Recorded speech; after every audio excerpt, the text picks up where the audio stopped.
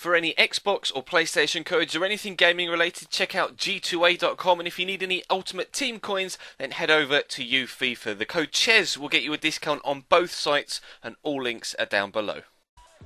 Hey guys, how's it going? Chez back again, and welcome to episode number 24 of the Atletico Madrid Career Mode series here on FIFA 15. Today we've got the Season 1 Roundup. We recently did it for the Chelsea Career Mode, and today we'll be having a look at how things went in the first season with Atleti, of course. Yesterday the title decider was unfortunately against us, and Barcelona pipped us to the La Liga title. We finished second overall, 2 points behind the league leaders, and 5 points ahead of any further trouble. Real Madrid only qualify for the Europa League this year with 6th place. Just completely unexpected, to be completely honest. And I said completely about 4 times in the space of 10 words. But anyway, 65 points. They finished level on points with Villarreal, and must have finished behind them on head-to-head because their goal difference is vastly superior. So it must have been done on head-to-head as opposed to goal difference, but still, Madrid down in 6th is not what you would have expected. I forgot to check who went down. Cordoba unfortunately get relegated, finishing bottom. Deportivo and Almeria also leave us, sadly. So we'll have 3 new teams to come up next year, and actually we'll have a quick look to see who those teams will be. If we could go around to Spain, Real Betis come up with Jeeves 100 points. They get a century of points on the table. 42 games played, 31 games won. That's incredible. So Betis and Valladolid will come up, and I think it's isn't it a playoff at the bottom for relegation? I'm not entirely too sure how the Spanish league works. So I think Osasuna will play whoever came third bottom here. So I think Osasuna play Almeria for La Liga football next year. I'm not entirely too sure how it works. I'm just going on what happened in the German league this year with Hamburg, or last year I guess technically.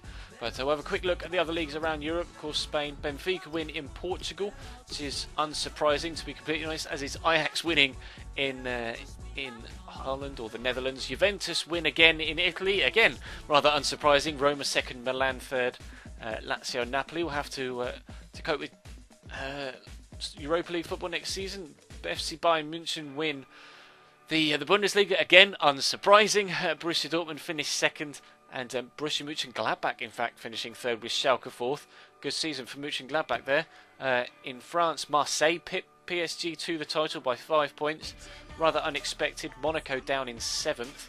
Really missing Falcao and James Rodriguez, and City win the league here as well. So they won the league in our Chelsea career mode, they won the league here in the Atleti career mode, and in fact we came 3rd in the Chelsea career mode, and Chelsea come 3rd on this save as well. So you can't say that it's not realistic. Arsenal in 6th though, which isn't realistic. They should have finished 4th. Everton and Liverpool in fact finishing on the same amount of points, just that Liverpool's goal difference is quite vastly superior. They're finishing in 4th and getting the final Europa League spot. So league goal scorers, let's have a quick look at that. Ronaldo wins the Golden Boot for La Liga with 17 goals, Negredo and Manucho, Rayo Vallecano coming 2nd and joint 2nd.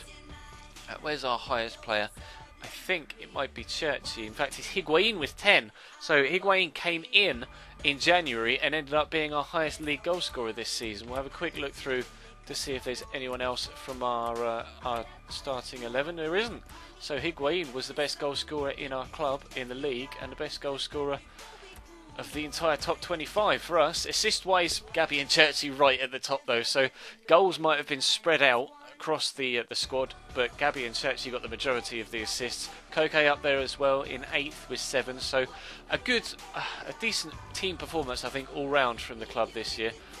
Not a bit perhaps disappointed with the fact that we only finished 2nd in the league and weren't quite able to maintain the level of form to get us the title, but the squad does need improving, which is something that will happen over the course of the summer. Tomorrow we'll have a transfer targets episode, so let me know in the comment section down below as many players as you possibly can for me to look into, and of course we'll cover some of those in the transfer targets tomorrow. I will have asked for transfer suggestions in yesterday's video as well. We won the Super Cup earlier on this year, so we did get some silverware, beating Real Madrid over 2 legs 2-0.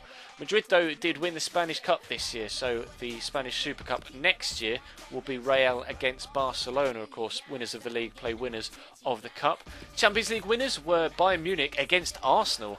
So Arsenal finished 6th in the Premier League, but get themselves to the final of the Champions League, but unfortunately for them, aren't able to win it. Chelsea got knocked out in the round of 16 by Man City, and then not by Man City, by Real Madrid, and Man City then knocked them out 4-1 in the quarterfinals. City getting to the semi-final of the Champions League, that's not very realistic, is it? And the Europa League was won by Inter Milan, so both North London clubs got to a European final, and they both lost. Oh dear. Sorry Tottenham and Arsenal fans, just not quite good enough. But yeah, let's have a quick look at the squad report then to see who did what this year for us. Like I say, I'm looking to improve the squad if we possibly can. Might be looking for a goalkeeper, I'm not entirely too sure. I do definitely want some defenders, whether that be a centre-back, a right-back and a left-back, I'm not entirely too sure. But we definitely do need strengthening in defence, more so than anywhere else in the upcoming summer transfer window. Of course, we bought a lot of attacking players in January just gone, so we seem to be okay attacking wise. It's just leaky defence that is the problem for us at the minute. But Miguel Moya was our first team goalkeeper for the majority of the season, keeping 14 clean sheets in 44 appearances, still growing in stature at the age of 31, which is good. Goalkeepers seem to only really grow when they get to like 28, 29. That's when they get the majority of their growth. Miguel Moya proving that. But Juan Fran is the player that will probably actually be sold if we don't get any other right backs in, because I think Silvio is going to take the first team spot if that's not a 2-year loan. I've been told in the comment section that Javier Manquillo is a 2-year loan, so he won't be coming back. So I'll have Silvio perhaps as a first team right back or as a backup right back, sell Jesus Gomez and Juan Fran and bring in another right back, whether that be perhaps someone like Danilo or someone of that sort of build.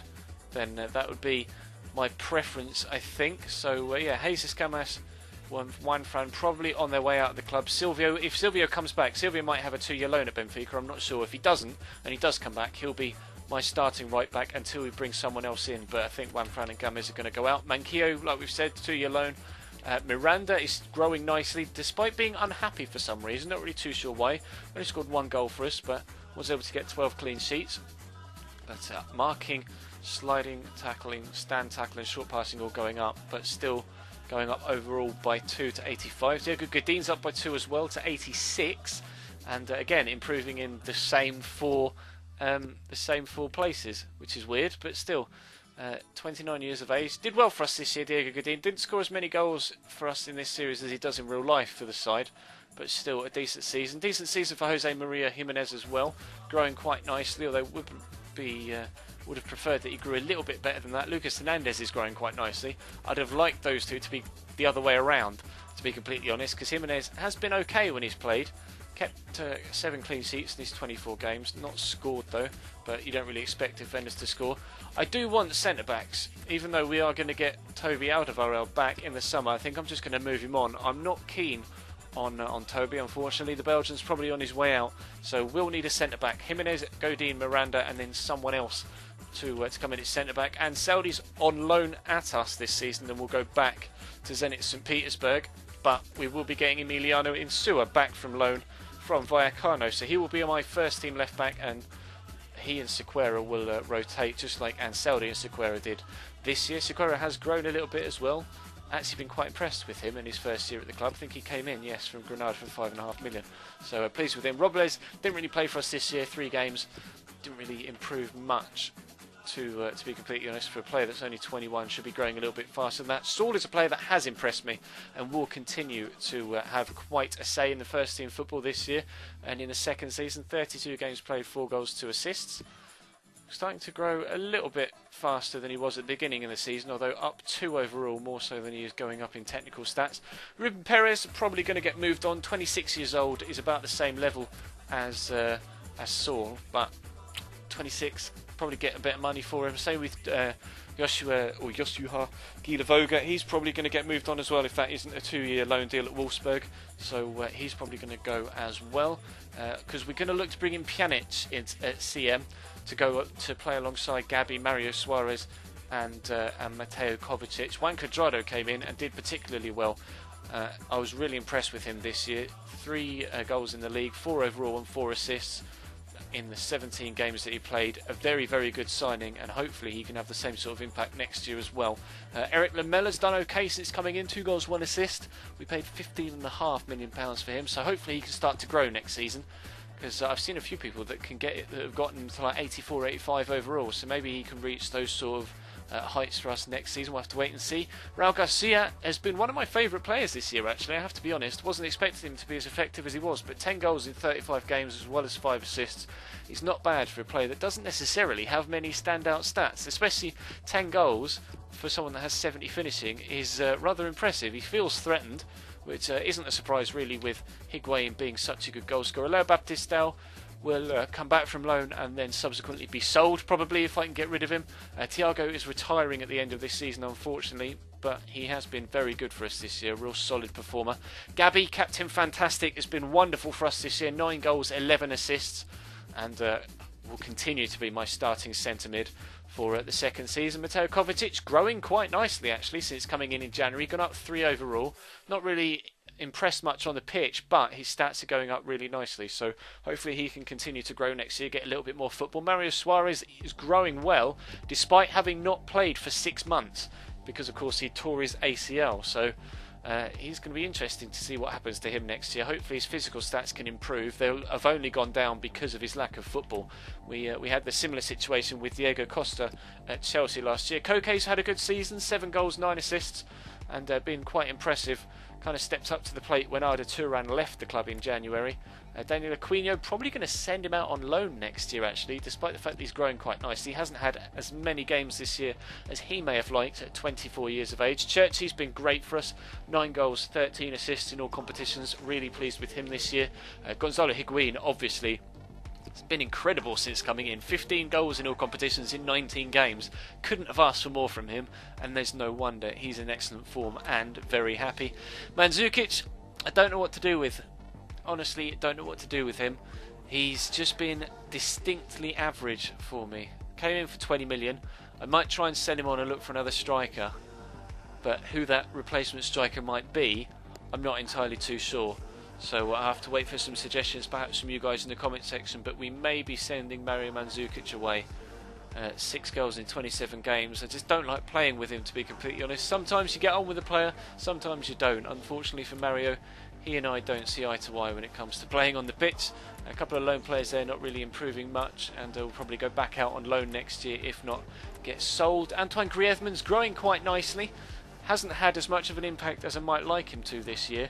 Churchy's definitely been better as a wide player, or an attacking midfield, and Cuadrado's done in and kind of overshadowed him as well. But he is still a very, very good player, and a lot of potential still to come out from him, so he'll still be in the starting lineup. Oliver Torres, I'm not sure what to do with actually.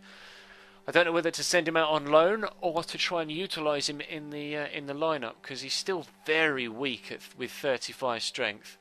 I'm just not sure whether I'd get on personally with a player that isn't that strong. And he's not the tallest either, I don't think. He's a small player. We'll have to wait and see. Maybe I'll play him in pre-season and see how I get on with him. And then if I do get on with him, we'll keep him at the club. If not, then we'll send him out on loan. But I definitely won't be selling him, because he is one of the golden children at Atleti. I know that much in real life, so I have to wait and see what happens in the transfer window, but some of it is going to be down to you, because of course I am looking for your suggestions. So like I say, leave me as many as you possibly want in the comment section down below, and we'll have a look at some on the shortlist for tomorrow's episode. But that's going to bring today's to a close, guys. Thank you very much for watching, and thank you for all of the support in Season 1 here at Atleti. Hopefully we can improve in Season 2 and try and pick up some silverware. We only got the Spanish Super Cup this year. I would like to get further in the Champions League, further in the Spanish Cup, and potentially properly challenge for the league title and pit Barcelona too, although of course Real Madrid, you would presume, are going to improve next season, so it's still going to be tough domestically, but we'll try and do better in the league and in Europe as well. But that's going to bring today's episode to a close, guys. Thank you very much for watching. Drop the video a like if you enjoyed. Check the channel page for anything you may have missed, whether it's this series or the Chelsea Career Mode series or the My Player series, which of course went up earlier on today, and we'll have transfer targets in this tomorrow as well. But that's all for now. Thank you very much for watching, and I'll see you next time.